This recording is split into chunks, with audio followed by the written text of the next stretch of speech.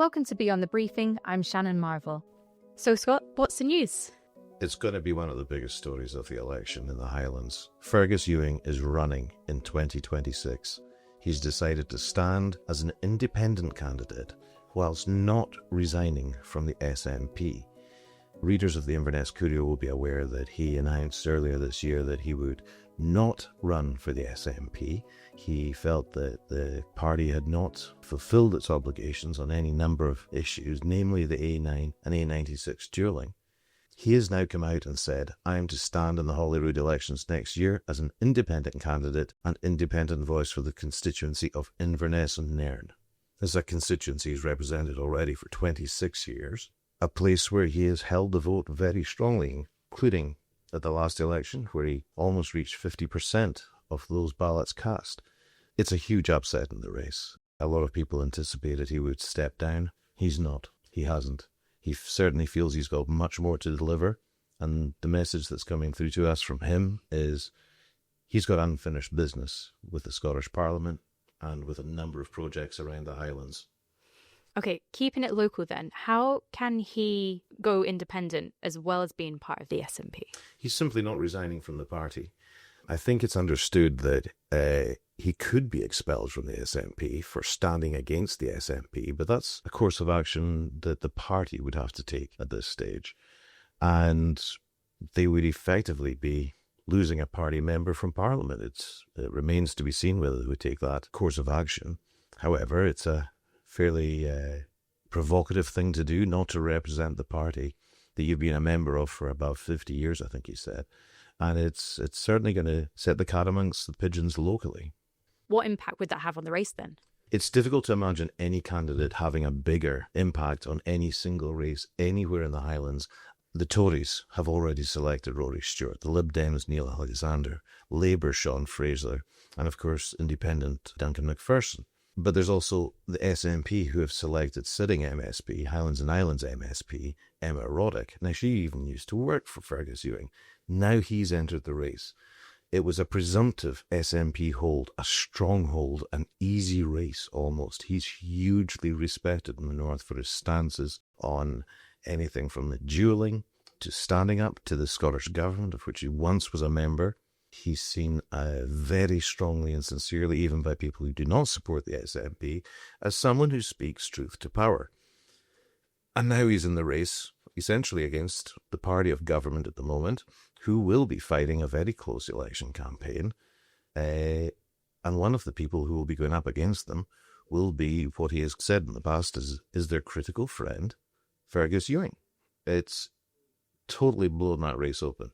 You would still believe that he would hold a large proportion of loyalty amongst the electorate, but it remains to be seen how many of those SNP voters will choose the individual over the party. That's an open question, but it's a fascinating one, and this is now probably the most interesting race in the Highlands.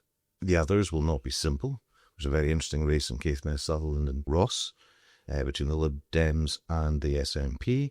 There's a similar race with Andrew Baxter trying to push Deputy First Minister Kate Forbes in her constituency that she has held with about 50% of the vote. This one, because it's Fergus Ewing, because he's a scion of the Ewing family, because his mother was Winnie Ewing, because his family was involved with politics, they are the family of Scottish nationalists in Scotland.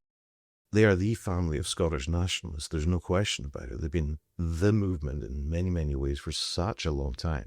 For him to take this course of action is a standing rebuke to the government.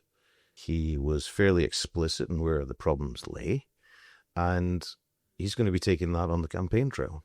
And he knows how to speak publicly. He's an effective campaigner.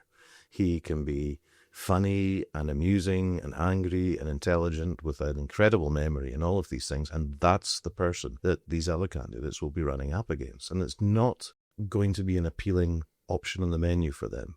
You know, all the other candidates, for the most part, with the exception of the well-experienced councillor Duncan McPherson, who's standing as an independent, they're fairly young candidates.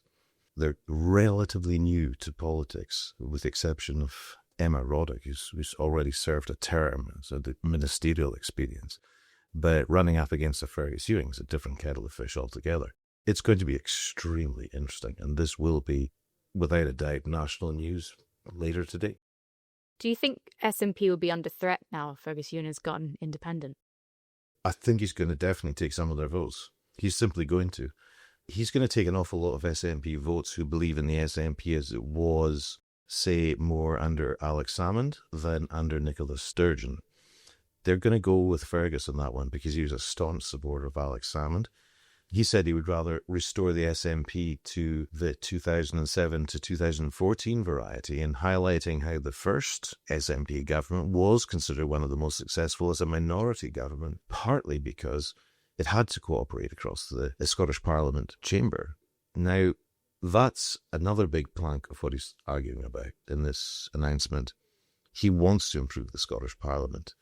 He believes that the standard of debate is basically stale. They're trading weak political points against weak political points. And if anyone really watches the Parliament, that's basically what's happening. It's not a high end of intellectual political debate at this moment in time. It doesn't feel representative for a lot of people. There's nothing ever very arresting said. There's nothing very clever ever said. It's just tedious. And he wants to shake that up. He certainly will. He certainly has done. He's got a record in this. He's been tearing up papers over, for example, highly protected marine areas and so on and so forth. It's eye-catching. It's parliamentary theatrics. I don't think Parliament should simply be theatrical. But if you're making a point about a policy you believe is truly destructive, that's one way to get it across. He'll certainly be looking at that if he gets elected. And one of the interesting things that he said is he's not going to be running on the list. So it's much harder to get elected to a constituency seat. You have to reach a certain threshold, it's first past the post, and so on and so forth. And a lot of candidates get through on the list, so that it's almost like an insurance. So you would have candidate A, previously of a constituency, previously of a big party, or what have you, and they might lose their constituency seat, but they would still remain as an MSP, because they've got enough votes to get on the list to represent the Highlands and Islands electoral region. He's not doing that. He's going for broke. It's going to be Inverness and Nairn or nothing for him. He's made that explicit. He stated it in his statement. And it's fascinating that he's chosen to do that. He still feels that this is the area for him. And he doesn't want anything else. He wants this to be the area he represents. Amazing. Thanks for the update, Scott.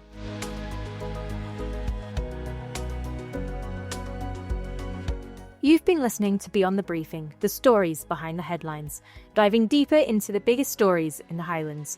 This podcast is brought to you by Highland News and Media. It's hosted and produced by Shannon Marvell. If you enjoyed the show, make sure to subscribe and share with others who care about local journalism.